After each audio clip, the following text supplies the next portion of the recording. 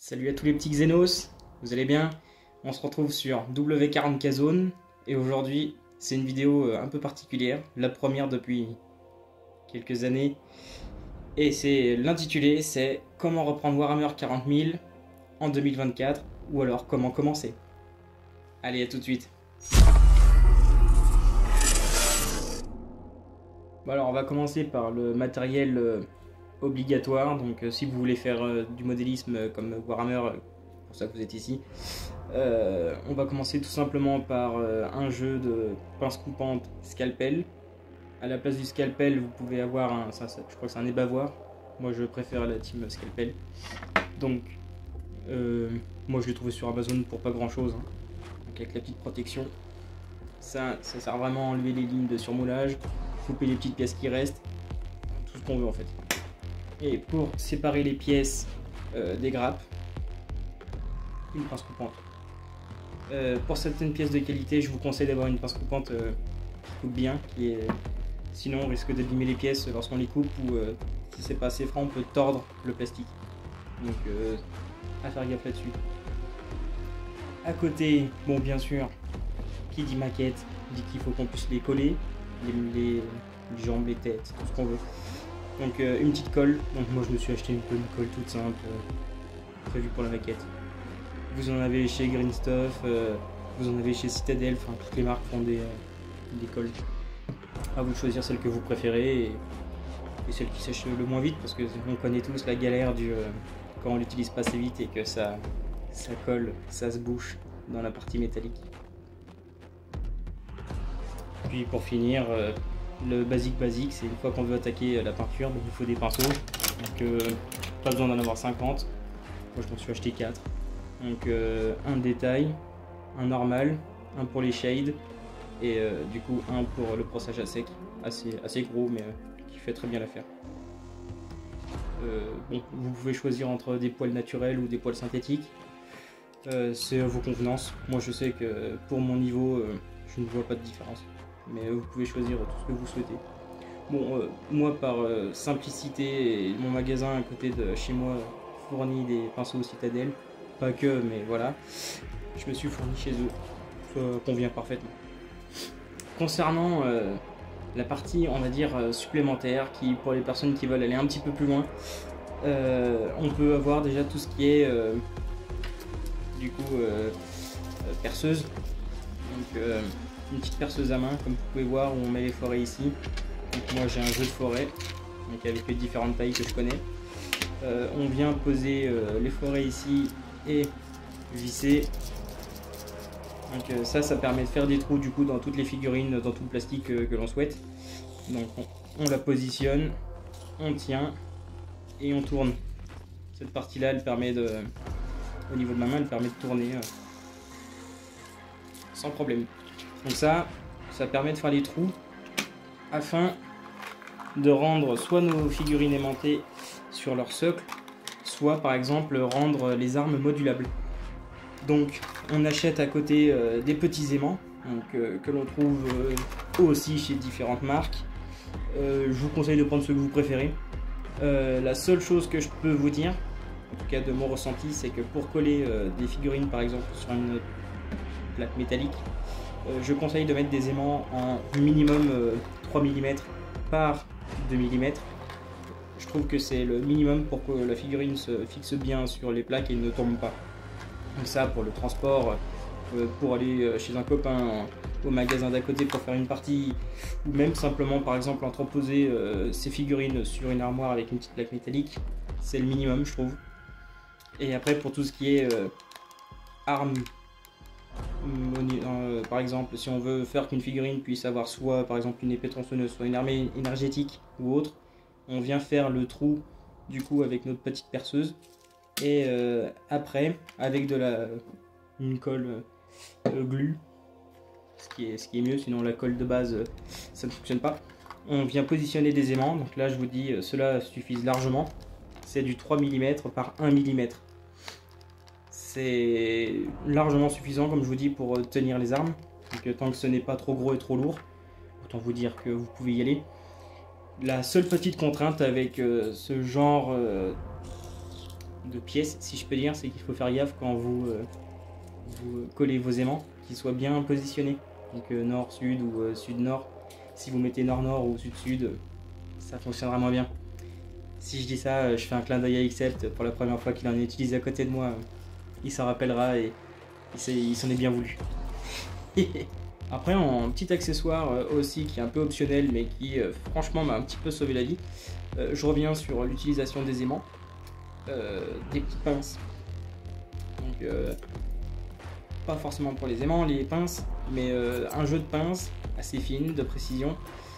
Ça permet par exemple quand vous avez des pièces qui sont assez fines, qui avec les doigts, si vous avez des gros doigts comme moi, c'est pratique.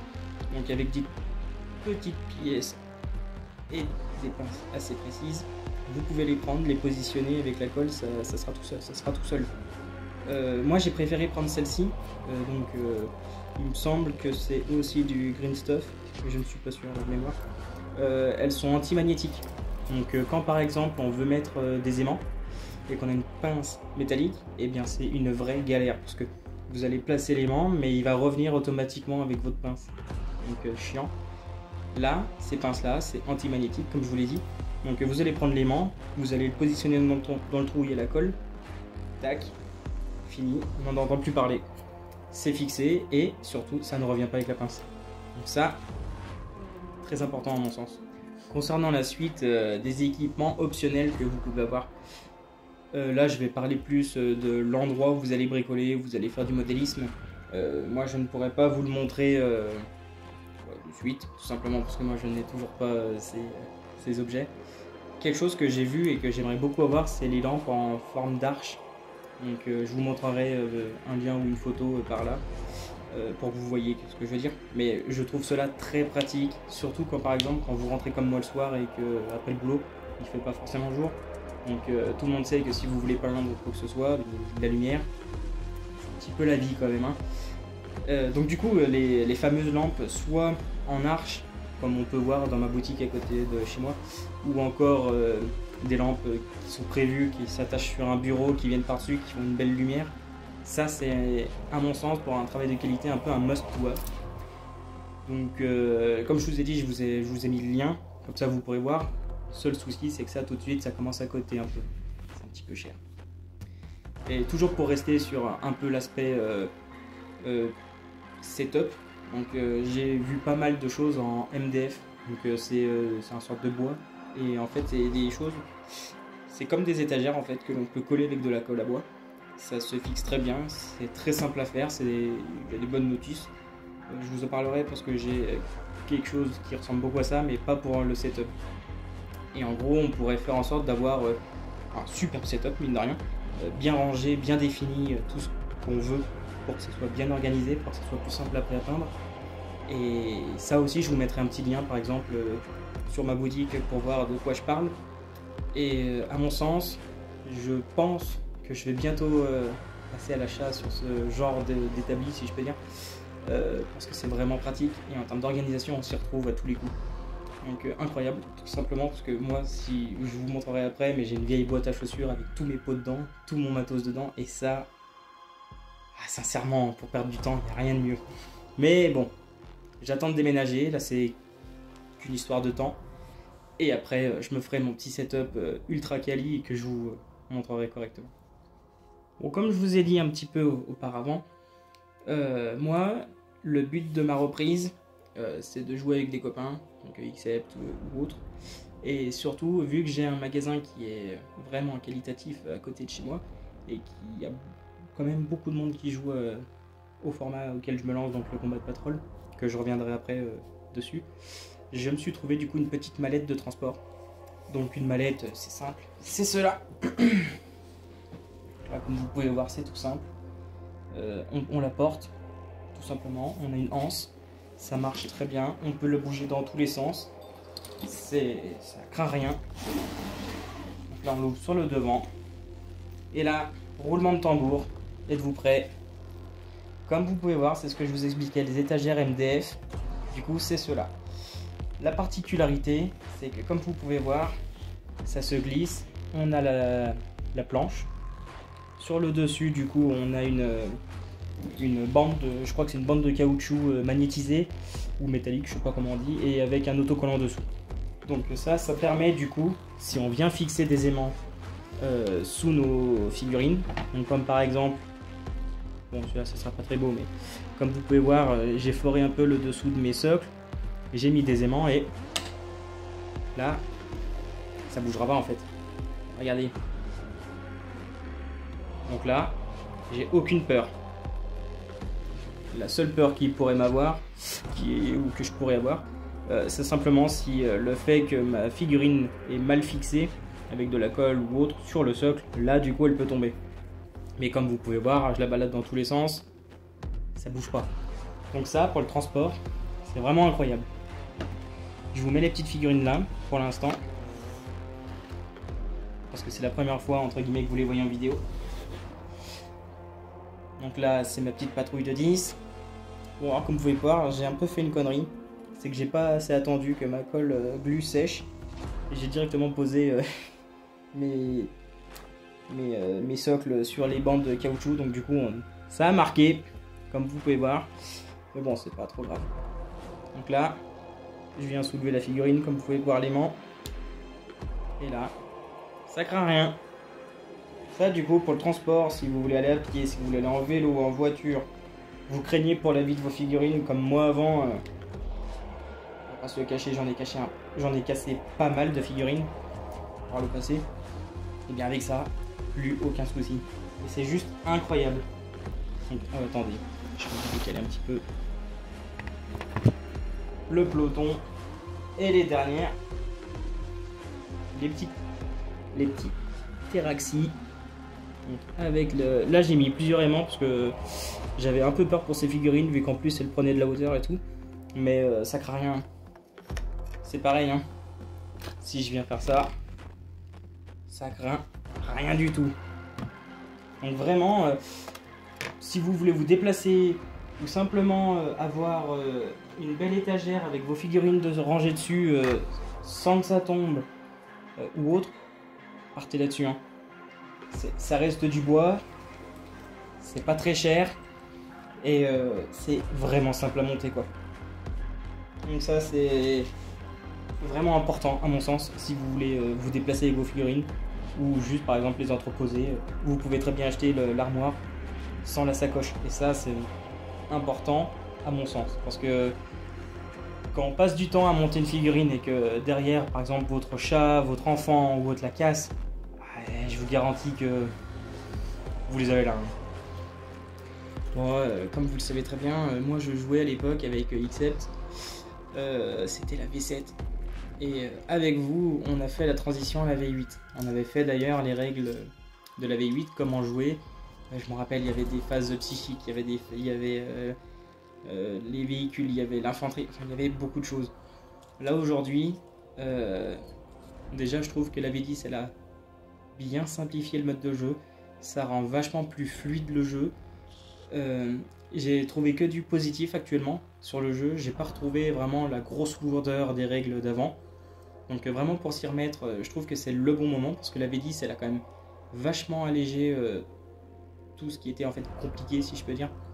Il reste toujours des petites particularités, il reste toujours beaucoup de mots-clés, mais ça restera Warhammer 40 000, mais en termes de fluidité, en termes de plaisir, en termes de fun, on n'est pas obligé de faire du compétitif quoi. On peut très bien s'amuser des copains avec cette V10 et c'est ça que je trouve vraiment bien. Chose qui va du coup avec la V10 et il me semble qu'en discutant avec certaines personnes ça a commencé déjà depuis un petit moment, donc avant vers la V9. Games Workshop met du coup beaucoup de documents papier qu'avant nous devions toujours acheter. Donc moi je me retrouve avec mon ancienne bibliothèque avec beaucoup de codex, beaucoup de livres de règles, j'avais beaucoup de papier que j'avais dû acheter. Là, Games Workshop nous le met du coup en ligne gratuitement. Donc le livret de règles, si on le veut, on l'a gratuitement en ligne, chose qu'avant c'était impossible. Le livre de patrouille, on l'a en ligne. Toutes les fiches de patrouille sont gratuites. Maintenant les codex, il va quand même falloir les acheter. Là par exemple avec la DMEC, j'ai dû l'acheter parce qu'il n'est plus disponible en ligne. Mais par contre, si votre faction, si votre armée n'a pas été encore republiée sur un codex en V10, vous aurez tout ce qu'il faut sur la page internet Warhammer Community. Je vous mettrai le lien ici. Vous avez tout ce qu'il faut pour jouer sur les patrouilles, pour jouer des parties 2000, 4000, nombre de points que vous voulez. Vous avez vraiment tout. Il y a d'ailleurs un inventaire du monitorium aussi, ça pour créer une liste. Et bien en fait, ça simplifie les choses. Parce que avant, je me rappelle, on avait des points pour les unités, des points pour les armes, en fait on avait des points pour tout. Là, ils ont quand même vachement simplifié. C'est une unité, tant de points. Et peu importe les changements qu'on fait dans l'unité avec les armements, qui bien sûr sont décrits, on ne peut pas faire n'importe quoi non plus, il faut respecter les conditions qui sont écrites, et bien ça vaudra toujours le même nombre de points. Et ça, c'est créer une unité pour permettre à quelqu'un qui ne connaît pas le système de points, le système d'armée, à rentrer dans le jeu. Ça simplifie mais totalement. Là par exemple, moi j'ai regardé pour me faire du coup une liste d'armées à 1000 points. On va commencer petit à petit. Là j'ai la patrouille. Et bien en fait je sais quelle unité il faut que j'achète pour arriver à 1000 points.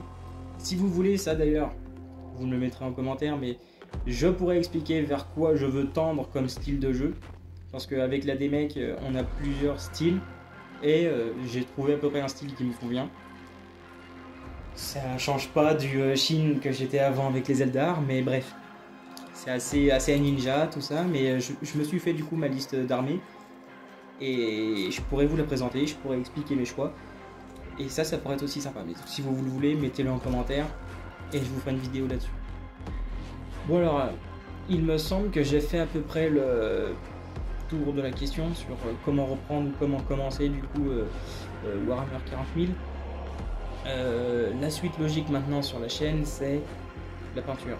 Donc là, je vais m'axer sur la peinture de mes différentes unités.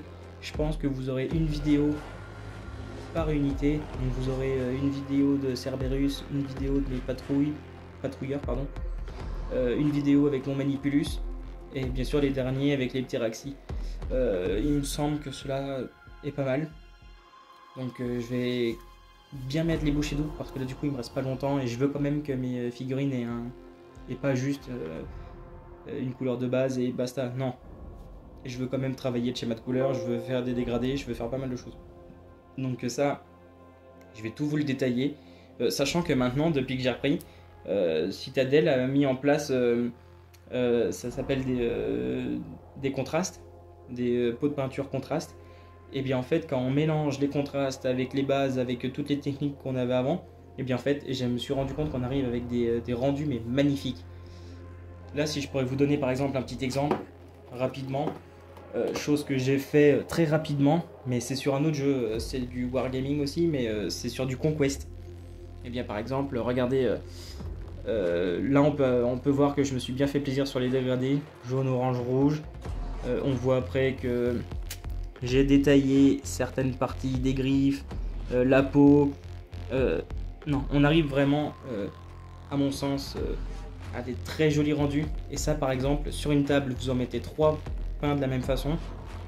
Ok, quand vous venez très proche, vous voyez du coup les petits défauts, tous ces petits problèmes, mais dès que c'est posé sur une table avec, vous regardez par-dessus, votre armée, elle est magnifique. Et c'est ce rendu là que je veux moi. Donc oui, on va éviter d'avoir des défauts, mais je vais vous faire un rendu exceptionnel de la vision du dessus de table. Donc c'est pour ça que je vais m'axer là-dessus. Et je vais vous tirer du coup une petite vidéo sur chaque unité. Donc voilà, j'espère que la vidéo vous a plu. Bien sûr, n'hésitez pas à vous abonner, mettre des likes. Je suis de retour, n'hésitez pas à partager pour le faire savoir à tout le monde. On va faire des vidéos pour le plaisir et vraiment pour revenir sur quelque chose de plus qualitatif. Donc surtout, aidez-nous, soutenez-nous et vous allez avoir des super vidéos. Allez, je vous souhaite une bonne soirée.